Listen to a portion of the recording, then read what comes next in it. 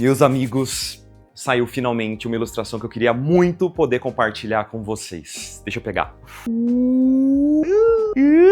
Olha só que da hora! Essa foi a minha primeira ilustração feita completamente no tradicional e eu queria compartilhar com vocês um pouquinho o processo de criação dela. Vamos lá! Eu já mostrei pra vocês diversas ilustrações que eu já trabalhei aqui, especialmente pro Clash Royale, né? Que é um cliente super da hora, que eu tive a oportunidade de trabalhar durante muito tempo lá na Mar Studio e atualmente eu trabalho para esse cliente na Ocelus Studios. São dois estúdios diferentes, mas que sempre trabalharam com esse cliente e até a gente já tinha feito algumas parcerias no passado. Mas todas as ilustrações que eu tinha mostrado para vocês, elas foram feitas 100% no digital. Vocês estão acostumados com o meu processo, tem vários vídeos disso no canal, tem um monte de live eu mostrando os processos lá na nossa área de membros e tal. Mas essa ilustração foi muito especial e bem diferente o processo, e eu acho que vocês vão gostar. Para quem não sabe, essas são as Battle Banners. Battle Banners são tipo um item colecionável que você pode comprar dentro do jogo do Clash Royale, tem outros jogos também, algo semelhante, para que quando você entre na partida, ao lado do seu nomezinho ali no perfil vai ter a Battle Banner que você comprou, que você escolheu para estar no seu perfil. E é um tipo de trabalho de ilustração muito legal, cara, porque a gente consegue explorar um monte de estilo diferente. A gente não precisa obrigatoriamente produzir ilustrações que fiquem muito naquela linha super tridimensional, clássica que a gente já conhece das ilustrações do Clash, né? É um dos meus trabalhos favoritos para esse cliente porque você pode fazer basicamente o que você quiser. Desde que seja coerente com o universo que foi criado para o Clash, você pode explorar estilos diversos, pode fazer anime, pode fazer pintura tradicional, pode fazer o que quiser. Então toda expansão nova que sai para esse jogo, a gente faz várias ideias, várias thumbnails, explora um monte de coisa diferente, manda para o cliente e o cliente escolhe quais são as favoritas deles. Então, às vezes, a gente até tem uma ideia muito legal, que a gente gosta muito, mas infelizmente ela não é escolhida, mas com certeza outras muito legais também são escolhidas, então tá tudo certo, né? E para a expansão de agosto de 2025, uma das Battle Banners que eu acabei sugerindo foi escolhida. É sempre bom lembrar, né, que eu trabalho na Ocelus junto com um monte de outros artistas, então os trabalhos que vocês estão vendo aqui de thumbnail, de exploração, foram feitas por vários artistas. Eu vou deixar o nomezinho deles na descrição do vídeo, se você quiser pesquisar depois, seguir no Instagram e tal. Todas as artes são dirigidas internamente na Ocelus pelo Cef, que é um cara muito legal. As outras coisas do Clash dentro da Ocelus são dirigidas pela Tifane Jego, também, que é uma artista muito legal. E aí, dentro da Supercell, essa parte de direção de arte é feita pelo André Forni, um brasileiro que é muito da hora, o trabalho dele é sensacional, eu recomendo que vocês conheçam. E dentro do time de ilustração, eu trabalho como lead artist, ao lado do meu querido amigo Eric Kenji. E como lead, nem sempre a gente tem a oportunidade de poder produzir efetivamente as ilustrações, porque a gente está tomando conta de outras coisas do time, né? Mas dessa vez deu certo. Para essa Battle Banner específica, eu queria poder conversar com uma outra ideia de uma outra artista que tinha feito, que basicamente era um dos dragões do jogo, soltando um monte de fumaça para trás, que eu tinha achado muito legal. E como o personagem dessa expansão que seria lançado tinha muito a ver com a questão de fumaça, lava e tal, eu achei que seria muito icônico e muito da hora se essas duas Battle Banners aparecessem em conjunto, um contra o outro, sabe? Como se fosse um duelo de titãs. Eu acho que seria muito da hora, então eu optei por fazer uma ideia bem rapidinha. E essa parte inicial eu fiz toda no digital. Eu acabei fazendo um sketch, já fiz uma pintura bem rápida só para demonstrar como seria mais ou menos, mandei junto com as outras thumbnails dos outros artistas e ela foi escolhida. E ó, quando eu fiz a primeira ideia de thumbnail, eu não tinha certeza absoluta que eu conseguiria fazer isso no tradicional.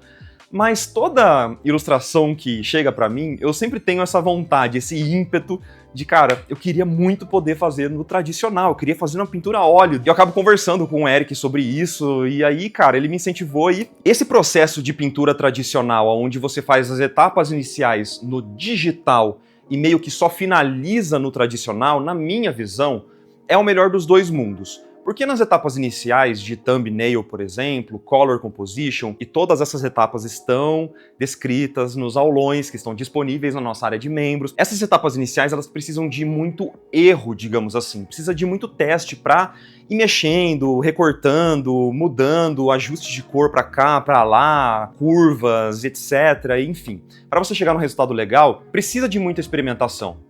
É claro que dá para você fazer isso no tradicional também, mas é muito mais fácil fazer essas etapas iniciais no digital. Então é exatamente isso que eu fiz. Eu acabei tentando melhorar um pouquinho aquele desenho, né? O desenho que eu tinha feito inicialmente, ele estava um pouco cru. Eu não estava tão feliz com ele. Eu tinha feito ele muito rápido, né? Ele tinha umas formas muito interessantes, bem fortes assim, mas na hora de transferir, eu senti que estava muito simples ainda. Então eu passei um tempinho tentando melhorar esse desenho só para eu sentir que eu estava no caminho certo. E uma das vantagens do tradicional para mim, além de você ter uma ilustração finalizada que você pode emoldurar, ou sei lá, o que você pode fazer com uma ilustração dessa, vender talvez, você tem toda a questão de textura, da parte tátil, que são coisas que o digital até tenta emular do tradicional, mas sinceramente nunca é a mesma coisa, né? Então ele tem um quesinho diferente, sabe? Que é uma qualidade na arte que você não consegue imprimir apenas no digital. Depois disso tudo aprovado, a primeira coisa que eu fiz foi um mockup. O que é um mockup? Isso aqui é um mockup. Basicamente eu imprimi o desenho de uma Battle Banner, o contorno que eu precisaria preencher na pintura tradicional. Eu quis fazer num tamanho um pouco maior, então eu tive até que imprimir em 2 folhas sulfite, colei aqui atrás com adesivo mesmo, e eu usei isso aqui como um molde para entender qual que seria o tamanho da minha pintura aplicado em cima de uma Battle Banner realmente, né? Então eu usei isso quase como uma máscara mesmo, né, no papel que eu ia pintar, e sim, eu pintei num papel, não pintei numa tela. E o papel que eu usei, ele é um papel preparado para óleo, mas ele não é muito caro não. Eu compro um bloco da Canson super baratinho para poder fazer esse tipo de trabalho. Ele é muito simples de você guardar e tal, enfim, eu gosto bastante de pintar no papel. Eu coloquei ali, tracei basicamente o formato da Battle Banner e o desenho do personagem em si, eu usei um projetor. Desses baratinhos de AliExpress mesmo, acho que eu paguei tipo uns R$200 no meu projetor, eu achei que seria muito mais prático. Eu coloquei ele conectado no meu computador, abri a imagem num editor de imagens, deixei do tamanho certinho e fui traçando todo o meu desenho. Eu fiz um tracing do meu próprio desenho, olha só, vejam vocês. E essa tá sendo a maneira mais fácil, na verdade, de transferir esses desenhos pro tradicional, porque você pode controlar a escala das coisas, tem só uma questão de distorção que pode acontecer, então é importante que você deixe o seu papel bem perpendicular ao projetor para ficar tudo bonitinho, sem muita distorção. Mas isso é papo para um outro vídeo. Vamos continuar porque tem bastante coisa para falar ainda. Depois do desenho eu fiz um wash com uma tinta terrosa, transparente, com um pouquinho de solvente para ela ficar bem mais líquida e transparente, digamos assim, e eu sujei esse papel. Eu faço isso para quebrar esse branco completo da tela, né, que eu particularmente não gosto de pintar muito por cima, porque ele acaba distorcendo muito a nossa percepção de cor. Então, nesse caso, eu preferi queimar essa tela, né, meio que dar uma sujada, fazer um fundo para que eu possa pintar depois com uma camada mais grossa de tinta. Para o processo de pintura, eu usei o mesmo processo que eu sempre faço para qualquer outra pintura, tanto no digital quanto no tradicional. Eu começo com pincéis grandes, com as formas grandes, tentando separar o que é luz da sombra, que é o mesmo processo que eu sempre falo para vocês nos aulões, no meu processo de ilustração, que está disponível na área de membro. Depois eu vou diminuindo os pincéis até colocar aqueles detalhes mais fininhos, aquelas texturas, mas eu só vou fazer isso depois que está tudo estipulado, está tudo setado na minha imagem e eu não vou ter que fazer grandes correções, digamos assim. E se por acaso você quiser saber todos os produtos que eu uso, solvente, papel, qual é a tinta que eu uso, qual é a paleta que eu uso, tá tudo isso descrito na primeira parte do nosso workshop de pintura a óleo, que já está disponível na área de membros por apenas R$19,90. É o mesmo preço. Você assina a área de membros, você tem acesso a todo o conteúdo que a gente tem lá. Então, se você tiver essas curiosidades, por favor, acesse a área de membros lá e dá uma moral pro nosso canal. E sim, em algum momento vai sair a segunda parte do nosso workshop. Ó, esse vídeo tá quase um workshop, vai, me dá um desconto. Mas ano que vem eu prometo pra vocês que vai ter a segunda parte do workshop, fiquem tranquilos, agora sim, de volta pro vídeo. E aí, meus amigos, foi só felicidade. Eu coloquei um fone de ouvido e fiquei um tempão pintando essa obra aqui, olhando para o meu Color Composition no meu monitor como uma referência. Eu tinha outras referências também de pinturas de robôs e tal, abertas no meu monitor, então foi um momento muito de concentração ali para que nada saísse errado. E foi um processo muito fluido, tá?